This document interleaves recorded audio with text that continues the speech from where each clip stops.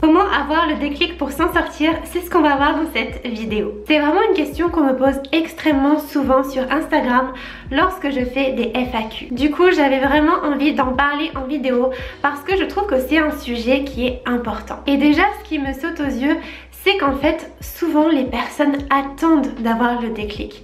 Elles attendent qu'il vienne comme ça, sur un plateau d'argent.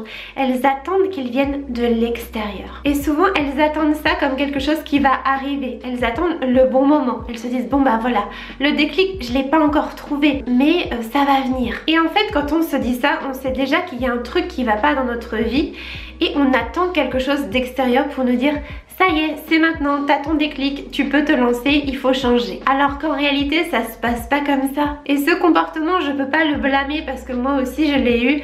C'est une sorte de protection en fait de l'esprit. On sait qu'il y a un truc qui va pas, on sait qu'il faut qu'on change quelque chose, mais en fait on n'ose pas, on a peur. Et du coup pour se rassurer, on se dit qu'on n'a pas eu le déclic, on se dit que c'est pas le bon moment, on se dit que peut-être que notre situation elle est pas si horrible que ça finalement. Mais en réalité on en souffre énormément tous les jours et on ne passe pas à l'action parce qu'on se crée tout un tas d'histoires, tout un tas de croyances en fait qui nous limitent. Ce qui se passe c'est qu'on se complaît dans quelque chose qu'on connaît, qui est ancré en nous et donc qui nous rassure. Et c'est d'autant plus vrai avec les troubles alimentaires où parfois on se sent vraiment extrêmement mal et on se dit ben allez là il faut que je change, mais petit à petit on revient dans cette routine et on se complaît dans le truc. Et en fait on en oublie de passer à l'action, on fait passer d'autres choses en priorité et on en oublie la vraie priorité qui est la santé. Et en réalité ce qui se passe c'est juste qu'on revient à une routine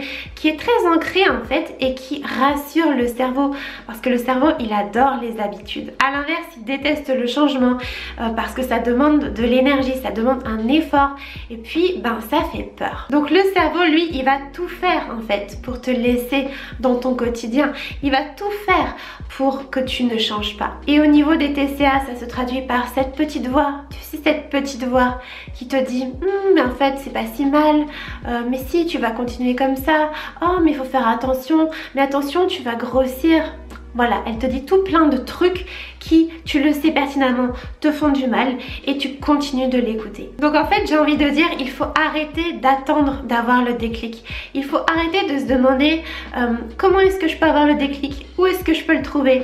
C'est pas un truc que tu vas trouver à l'extérieur. Parce que souvent quand on parle de déclic, les gens s'attendent à un événement spécial, à un truc spécial, à un truc ouais, qui va arriver, qui va complètement chambouler leur vie. Les gens s'attendent à ce que ce soit évident, à ce que ce fameux bon moment arrive, mais en réalité, il n'arrivera jamais. Et en réalité, ce fameux déclic entre guillemets, il arrive quand tu le décides. Encore une fois, c'est pas un événement extérieur, c'est toi qui vas décider de passer à l'action. Et comment est-ce qu'on fait ça? Et bien du coup, plutôt que d'attendre que ce déclic tombe du ciel, ce qui n'arrivera pas, je te propose un plan d'action en 3 étapes. La première étape, c'est l'étape de l'introspection. C'est de prendre le temps pour te poser des questions profondes, comme par exemple, comment est-ce que je me sens là, maintenant? Et de façon générale dans ma vie, comment est-ce que je me sens? Est-ce que j'apprécie mon quotidien? Est-ce que j'apprécie mes habitudes? Est-ce que vraiment je passe de bonnes journées en règle générale? Ça peut paraître bête, mais vraiment ça te permet de faire l'état des lieux.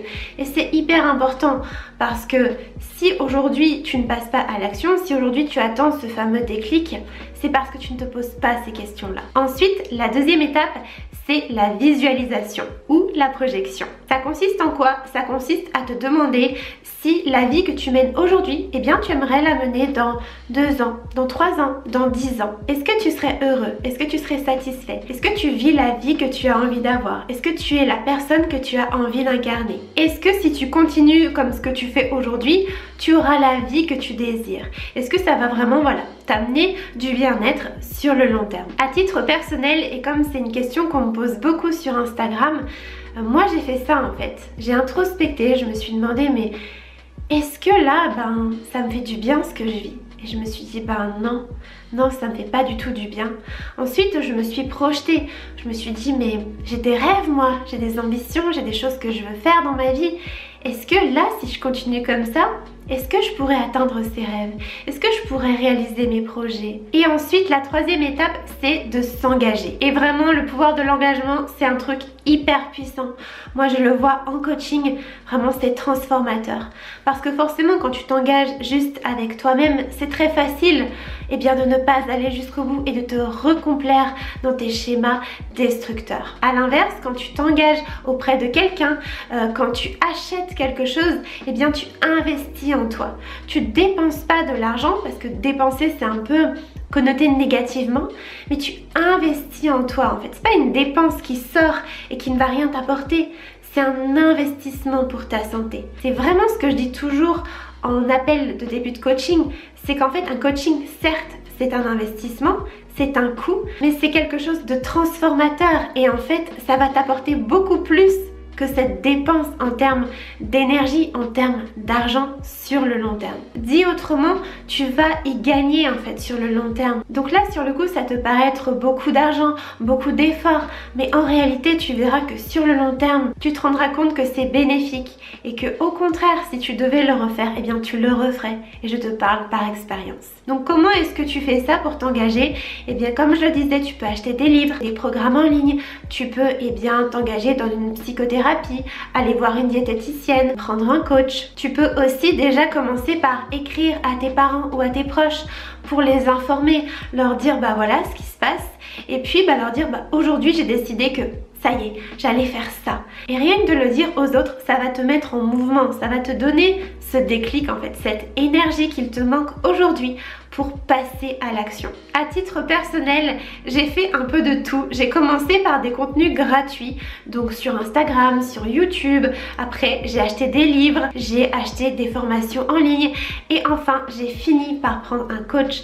Et voilà, c'est là que tout a changé dans ma vie. J'ai écrit une lettre à mes parents pour leur en parler parce qu'ils ne savaient pas. Et rien que le fait de faire tout ça, déjà ça m'a soulagée, vraiment ça m'a enlevé d'un poids, d'en parler. Et en plus, ça m'a vraiment permis de trouver cette énergie. Parce que c'est tellement facile de se complaire et de revenir à ses habitudes destructrices qu'il faut quelque chose de puissant et de profond pour changer. Et sincèrement, si c'était à refaire, je le referais sans hésiter. Je le referais même plus tôt parce que j'ai attendu, mais je pense que c'est un processus aussi.